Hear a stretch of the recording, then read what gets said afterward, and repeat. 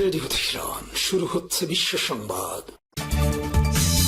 ইন্নালিল্লাহ। পুরো মধ্যপ্রাচ্যে আবারও ভয়াবহ তৃতীয় বিশ্বযুদ্ধ শুরু হয়ে গেছে। যুদ্ধবিরতির মধ্যেই লেবানন এবং ইসরায়েলি বাহিনীর মধ্যে পাল্টাপাল্টি আক্রমণ চলছে। দখলদার ইসরায়েলি বাহিনীকে কোনোভাবে ছাড় দিচ্ছে না লেবাননের সশস্ত্র যোদ্ধারা। আর ইরান সাফ জানিয়ে দিয়েছে যে তারা জাতীয় স্বার্থে এক পাও পিছপা হবে না, মার্কিন যুক্তরাষ্ট্রকে কোনো ছাড় দেওয়া হবে না। আর এরই মাঝে আমাদের হাতে এসে পৌঁছেছে এই যুদ্ধের সর্বশেষ গুরুত্বপূর্ণ সবথেকে তাজা আপডেট সংবাদ আপনাদের জানিয়ে দিব। প্রথমেই জানাবো, লেবাননের হামলার ভয়ে ধর্মীয় উৎসব বাতিল করল ইসরায়েল। ইসরায়েলের বৃহৎ ধর্মীয় সমাবেশ লাগ ও মের অনুষ্ঠান বাতিলের সিদ্ধান্ত নিয়েছে দেশটির প্রধানমন্ত্রী বেনিয়াম নেতানিয়াহু। সীমান্তে লেবাননের পাল্টা হামলা শুরু হওয়ার পর আজ রাতে এই সিদ্ধান্ত গ্রহণ করেছে ইসরায়েলের প্রধানমন্ত্রী। তিনি জানিয়েছেন যে লেবানন থেকে একের পর এক হামলা চালানো হচ্ছে, আমরা কোনোভাবে আসলে এই কার্যক্রম চালিয়ে যেতে পারছি না। এদিকে লেবাননের খ্রিস্টান অধ্যুষিত শহরে ধ্বংসযজ্ঞ চালাচ্ছে ইসরায়েল। দক্ষিণ লেবাননের খ্রিস্টান অধ্যুষিত শহরে বিদ্যুৎ ও পানি, বিভিন্ন অবকাঠামো ধ্বংসের অভিযোগ উঠেছে ইসরায়েলি বাহিনীর বিরুদ্ধে। চলমান যুদ্ধবিরতির মধ্যে এই ধরনের পদক্ষেপ নেওয়ার কারণে নতুন করে উত্তেজনা ছড়িয়ে পড়েছে এ অঞ্চল জুড়ে। খবর প্রেস টিভির। সেখানে ইহুদিবাদী ইসরায়েল মার্কিন যুক্তরাষ্ট্রকে ব্যবহার করে তারা খ্রিস্টান অধ্যুষিত এলাকাগুলো দখলে নেওয়ার চেষ্টা করছে। এদিকে ইরানের সাথে সবকিছু করতে প্রস্তুত রাশিয়া, বললেন পুতিন। রাশিয়ার সফরে দেশটির প্রেসিডেন্ট ভ্লাদিমির পুতিনের সঙ্গে বৈঠক করেছে ইরানের পররাষ্ট্রমন্ত্রী সৈয়দ আব্বাস আরাগচি। এই বৈঠকে পুতিন জানিয়েছে যে ইরান ও মধ্যপ্রাচ্যের দেশগুলোর স্বার্থ সম্ভাব্য সব ধরনের সহায়তা করতে প্রস্তুত রাশিয়া। এবারে জানাবো, নিজেদের পণ্য রপ্তানিতে নিষেধাজ্ঞা দিল ইরান। নিজেদের পণ্য রপ্তানিতে নিষেধাজ্ঞা দিয়েছে ইরান। দেশটি আগামী 30শে মে পর্যন্ত স্টিল স্ল্যাব ও শীট রপ্তানি নিষিদ্ধ করেছে। আজ টিআরটি ওয়ার্ল্ডের এক প্রতিবেদনে এই তথ্য নিশ্চিত করা হয়েছে। এক নির্দেশনায় ইরানের ট্রেড প্রমোশন অর্গানাইজেশন জানিয়েছে, যুক্তরাষ্ট্র এবং ইসরায়েলের যৌথ হামলার পর দেশের স্টিল শিল্পের চাপ সৃষ্টি হয়েছে। এজন্য আগামী 30শে মে পর্যন্ত স্টিল স্ল্যাব ও শীট রপ্তানি বন্ধ থাকবে। এবং সর্বশেষ জানাবো, জামাত এমপির গাড়িতে হামলার ঘটনায় বিএনপির ছাত্রদলের 3 নেতা বহিষ্কার। নেত্রকোনা 5 আসনে জামাত ইসলামের সংসদ সদস্য মাসুম মোস্তফার গাড়িতে হামলার ঘটনায় শৃঙ্খলাভঙ্গের অভিযোগে বিএনপি এবং এর অঙ্গ সহযোগী সংগঠনের 3 সন্ত্রাসীকে গ্রেপ্তার করেছে বিএনপি। আজ এই তথ্য জানানো হয়েছে বিএনপির পক্ষ থেকে বলে নিশ্চিত করা হয়েছে। প্রিয় দর্শক, এতক্ষণ শুনছিলেন সংবাদ শিরোনাম, এবারে বিস্তারিত। তবে তার আগে বন্ধুরা, অনুরোধ থাকবে এই সংবাদটিতে একটি লাইক দিন। এই চ্যানেলে আপনি নতুন হয়ে থাকলে আমাদের সংবাদটি দেখতে দেখতে চ্যানেলটি সাবস্ক্রাইব করে রাখুন। কমেন্ট করে বন্ধুরা আপনার মূল্যবান মতামত জানিয়ে দিন আপনি বিশ্বের কোন দেশ থেকে বা বাংলাদেশের কোন স্থান থেকে আমাদের সংবাদটি দেখছেন এবং শুনছেন। আর বন্ধুরা, সংবাদটি আপনার সোশ্যাল মিডিয়া ফেসবুকে শেয়ার করে বন্ধুদেরও দেখার সুযোগ করে দিন। গাজা যুদ্ধে আপনি যদি নিরীহ ফিলিস্তিনিদের ভালোবেসে থাকেন বন্ধুরা, কমেন্ট করে পুরো বিশ্বকে জানিয়ে দিন। এবারে বিস্তারিত। লেবাননের হামলার ভয়ে ধর্মীয় উৎসব বাতিল করল ইসরায়েল।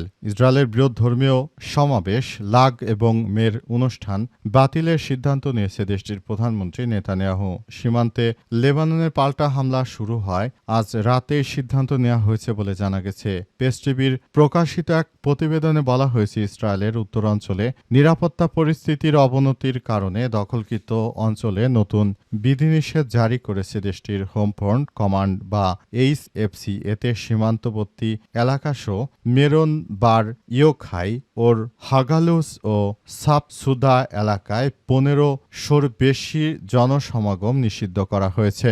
নির্দেশনাগুলো স্থানীয় সময় আজ রাত 10টা থেকেই কার্যকর করা হবে, কারণ সেখানে তারা পুরোপুরি এই কার্যক্রম চালানোর জন্য তারা ভয় পাচ্ছে এবং তারা এমনভাবে কার্যক্রমগুলো চালিয়ে যাচ্ছে যে পুরো মধ্যপ্রাচ্য জুড়ে দখলদার ইসরায়েলি বাহিনী যে ধরনের কার্যক্রম তারা শুরু করেছে এটি কোনোভাবেই গ্রহণযোগ্য হতে পারে না। পরিস্থিতি অত্যন্ত জটিল আকার ধারণ করেছে। শুরু থেকেই জায়নবাদীরা আসলে এই কার্যক্রমগুলোর মধ্য দিয়ে তারা ফেঁসে গেছে। তারা মুসলিমদেরকে হত্যা করতে এসে এখন নিজেরাই চরমভাবে ফেঁসে গেছে। তারা কোনো কিছুই করতে পারছে না। পরিস্থিতি খুবই জটিল আকার ধারণ করেছে।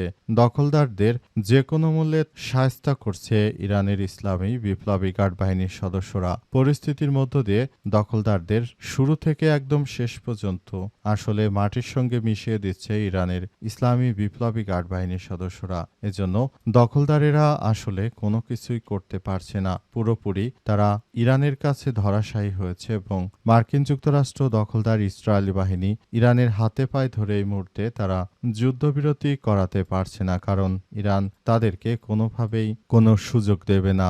মার্কিন যুক্তরাষ্ট্র যদি এই যুদ্ধে জিতে যেতে পারত তাহলে কিন্তু ইরানের যিনি সর্বোচ্চ ধর্মীয় নেতা রয়েছেন তাদের সবাইকে হত্যা করার মধ্য দিয়ে যুক্তরাষ্ট্র একটি ত্রাসের রাজত্ব কায়েম করত। কিন্তু বাস্তবতা এবার ইরান হেরে যায়। আসলে এই পরিস্থিতিগুলো কোনো কার্যক্রমই হলো না। সুতরাং এটি সবাইকে আরও বেশি গুরুত্ব সহকারে দেখতে হবে।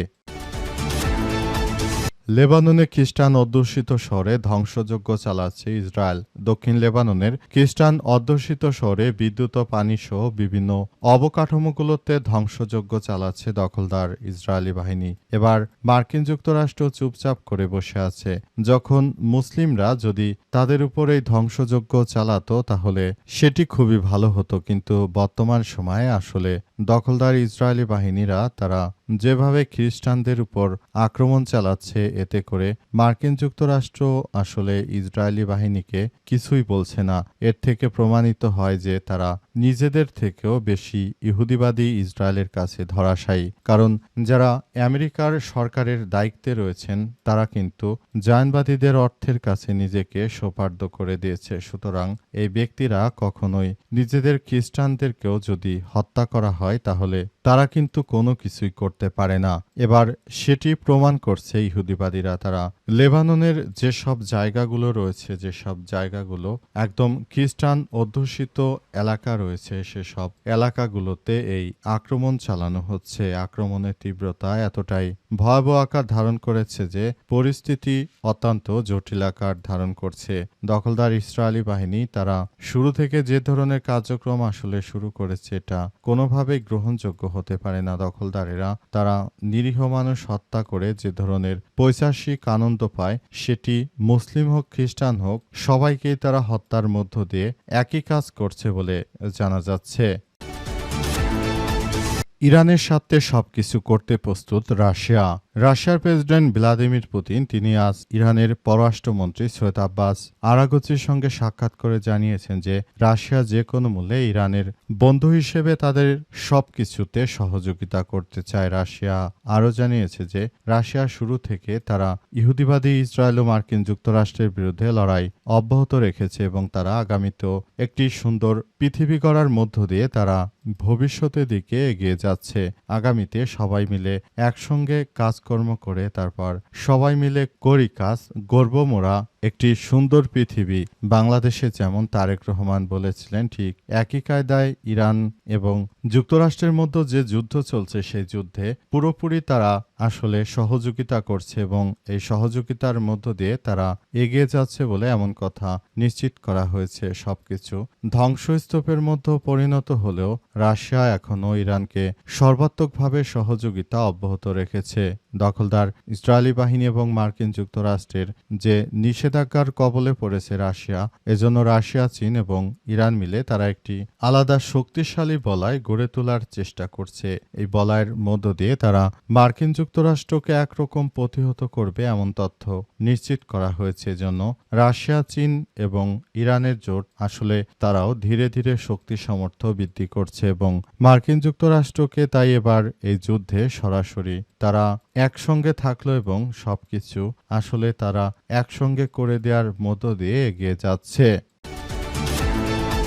নিজেদের পণ্য রপ্তানিতে নিষেধাজ্ঞা দিল ইরান। নিজেদের পণ্য রপ্তানিতে নিষেধাজ্ঞা দিয়েছে ইরান। দেশটি আগামী ৩০শে মে পর্যন্ত স্টিল, স্ল্যাব ও শিট রপ্তানি নিষিদ্ধ করেছে। আজ টিআরটি ওয়ার্ল্ডের এক প্রতিবেদনে তথ্য নিশ্চিত করা হয়েছে। এক নির্দেশনায় ইরানের ট্রেড প্রমোশন অর্গানাইজেশন জানিয়েছে, যুক্তরাষ্ট্র ও ইসরায়েলের যৌথ হামলার পর দেশের স্টিল শিল্পের চাপ সৃষ্টি হয়েছে। জন্য আগামী ৩০শে মে পর্যন্ত স্টিল, স্ল্যাব ও শিট রপ্তানি বন্ধ করা হয়েছে। এর আগে ইরানে স্টিল উৎপাদকদের সংগঠনের এক কর্মকর্তা জানান, জরুরি ভিত্তিতে স্টিল, স্ল্যাব ও হট রোলড শিট আমদানির পরিকল্পনা নেওয়া হচ্ছে। তিনি শিল্প প্রতিষ্ঠানগুলোকে আগামী ২ মাসের জন্য কাঁচামালের চাহিদা সতর্কভাবে ব্যবস্থাপনার জন্য আহ্বান জানিয়েছেন। এদিকে ইরান যুক্তরাষ্ট্র যে যুদ্ধ শুরু হয়েছে, যুদ্ধ আদতে কবে শেষ হচ্ছে এসব বিষয় নিয়ে কেউই স্পষ্টভাবে কোনো বার্তা দিতে পারেনি। অনেকেই বলাবলি করছে যে যুদ্ধ শুরু হয়েছে, যুদ্ধ হয়তো